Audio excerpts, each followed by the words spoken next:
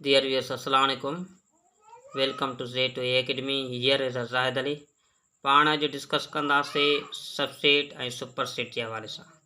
Subset खे सिंधीअ में चइबो आहे मध्यसेट, सुपरसेट खे सिंधीअ में चइबो आहे पाला सेट। सबसेट खे असां कुझु हिन तरीक़े सां डिफाइन कंदा आहियूं। If each element of set A is also an element of set B, यानी सेट ए जो हर हिकु एलिमेंट बी जो बि मेंबर आहे, देन पोइ छा थींदो, set A said to be subset of set B. वो ए खे बी जो सबसेट चवंदासीं, यानी ए जेको आहे उहो बी जो सबसेट हूंदो। यादि रहणु खपे त मुंहिंजा लफ़्ज़ कहिड़ा आहिनि, त यानी ए जा सभु एलिमेंट माना हर हिकु एलिमेंट बी में शामिल हुजे। ॾिसो जेके ए जा एलिमेंट आहिनि उहे कहिड़ा आहिनि, ए एंड बी। अहिड़ी तरह बी जा एलिमेंट आहिनि ए बी सी, यानी ए जा सभई एलिमेंट बी में शामिल आहिनि त ए जेको आहे बी जो सबसेट हूंदो। बी वारी ए जो छा हूंदो, सुपर सेट हूंदो। ठीकु आहे, छो त सबसेट सभु चइबो आहे मध्य यानी हेठां, ऐं सुपर माना मथां बाला। ठीकु आहे बाबा। हाणे ॾिसो निशाननि में असां सबसेट खे कीअं लिखंदासीं, हिनखे हीअं पढ़िबो, set A subset of B. असां हीअं बि पढ़ी था सघूं, set A subset of B. हे लफ़्ज़नि में हीअं पढ़ंदासीं, हीअं निशाननि में हीअं लिखंदासीं। ठीकु आहे। हाणे ॾिसो असां सुपर सेट खे कुझु हिन तरीक़े सां डिफाइन कंदासीं। If set A is subset of B, then set B is said to be superset of A. जेकॾहिं ए जेको आहे बी जो सबसेट आहे त बी खे वरी ए जो छा चवंदा, सुपर सेट आहे। ॾिसो हिते मां ए जेको आहे निशानी पोइ आहे, पोइ वरी बी सेट आहे। हाणे ॾिसो, हाणे त ॻाल्हि कयो सुपर सेट जी, त पहिरियों असां छा आहे, बी सुपर सेट आहे न, बी ऐं सुपर सेट जी निशानी हे या ए, हिनखे छा पढ़िबो, set B is superset of A, यानी ए जेको बी सेट आहे उहो ए जे मथां बाला सेट आहे। थोरो अॻिते वधंदासीं त कुझु असांखे हिकिड़ो कॾहिं कॾहिं हिन क़िस्म जो असांखे सिचुएशन अची वेंदी आहे, उहो असां अहिड़ियुनि कंडीशन खे फेस करण में थोरो डिफ़िकल्ट महसूसु कंदा आहियूं। ॾिसो ए जा सभई मेंबर बी में शामिल आहिनि, वरी बी जा सभई ए में शामिल आहिनि, ऐं ए ऐं बी जा ॿिन्ही जा वरी सी में शामिल आहिनि, पर सी जा वरी ॿिन्ही में शामिल आहिनि।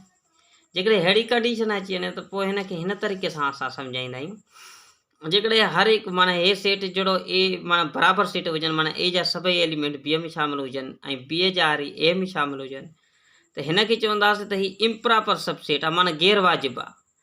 ठीकु आहे न, छो त हर हिकु सेट पंहिंजो पाण जो बि गैर वाजिबु हूंदो आहे, छो त जहिड़ा पंहिंजे पाण में साॻा एलिमेंट हूंदा आहिनि। हीअ बि हिकु ई सेट आहे, हिते सिर्फ़ु ए जो नालो आहे, हिते खणी बी जो नालो आहे। ए जा सभई बी में सेट ए जा सभई एलिमेंट बी में शामिल आहिनि। अहिड़ी तरह सेट बी जा बि सभई एलिमेंट ए में शामिल आहिनि, त ए खे बी जो छा चवंदासीं, इम्प्रॉपर सबसेट। बी खे वरी छा चवंदासीं, ए जो, इहो बि इम्प्रॉपर सबसेट आहे। ठीकु आहे, हिननि खे निशाननि में हीअं लिखी सघूं था।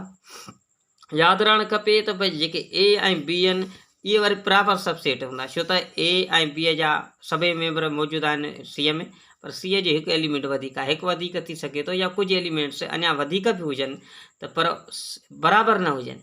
बराबरि न हूंदा त उहे छा हूंदा, प्रॉपर सेट यानी वाजिबु माध्यम सेट हूंदा। हीअ ॿ पॉइंट्स तव्हांखे सम्झणु तमामु ज़रूरी आहिनि। Empty set is subset of every set, यानी ख़ाली सेट जेको हूंदो आहे हर हिकु सेट जो सबसेट हूंदो आहे। ॿी शइ इहा, every set is improper subset of itself. हिते मां इटसेल्फ न लिखियो आहे, हिते मां लिखां थो इटसेल्फ जो मक़सदु आहे पंहिंजो पाण, यानी चवण जो मक़सदु ईअं आहे त हर हिकु जेको ख़ाली सेट हूंदो आहे उहो सबसेट हूंदो आहे सभिनी सेटनि जो, पर हर हिकु सेट पंहिंजो पाण जो इम्प्रॉपर सबसेट हूंदो आहे। ऐं सबसेट खे लहण लाइ जेको फार्मूलो आहे, पॉसिबल सबसेट खे जेको फार्मूलो आहे लहण जो, उहो 2n। जेको n तव्हां कॾहिं कॾहिं पुछंदा त इहे n छा आहे, इहो नंबर ऑफ एलिमेंट आहे। जेतिरा एलिमेंट हूंदा ओतिरो ॿिनि ते पावर ॾींदासीं। जेकॾहिं हिते ॾिसो ए जा मेंबर घणा आहिनि, 2, त हिते इन जा सबसेट घणा थी सघनि था, असां छा कंदासीं, ॿिनि ते पावर घणो ॾींदासीं, 2। ॿिनि खे जॾहिं 2 दफ़ा ज़रब कबो, ॿी काई 4, इन जा जेके सबसेट हूंदा उहे घणा हूंदा, 4। जेके 3 हूंदा प्रॉपर सबसेट हूंदा ऐं हिकिड़ो इम्प्रॉपर सबसेट हूंदो। हाणे नेक्स्ट वीडियो में तव्हांखे कुझु मां MCQs शेयर कंदुमि, उन लाइ इनशाला तव्हांखे थोरो वेट करिणो पवंदो। अच्छा, आख़िर में हिकिड़ी शइ मां अनाउंस कंदो थो हलां त जेका स्कॉलर आई doctor Abdul Qadeer scholar system Islamabad जी तरफ़ां, पोइ जिन ब्रदर्स या सिस्टर्स उन स्कॉलरशिप में फॉर्म भराए चुका आहिनि उन जे हवाले सां असां काफ़ी टाइम खां अकेडमी हलायूं पिया। हिन महिल क्लास तक़रीबन एंडिंग थियण वारी आहे, बसि हाणे जल्द क्लास पूरा कंदासीं ईद खां बाद में। पर पोइ बि हिकिड़ी मां तव्हांखे रिक्वेस्ट कंदो थो हलां त जेकॾहिं अञा बि को कैंडिडेट असांजी अकेडमी ताईं न पहुची सघियो आहे, जेको साम्हूं स्क्रीन ते नज़र अचे थो त इन ते जेको राब्तो कनि, व्हाट्सअप नंबर बि इन ते इहो ई आहे ऐं कॉन्टेक्ट नंबर बि इहो ई आहे। इनबॉक्स में अचनि उनखे मां डिटेल शेयर कंदुमि। ऐं आख़िर में सभिनी मां ब्रदर्स ऐं सिस्टर्स खे इहा रिक्वेस्ट रखंदुमि त मुंहिंजे चैनल खे सब्सक्राइब कयो, छो त तव्हांजी सपोर्ट मुंहिंजे लाइ तमामु ज़रूरी आहे।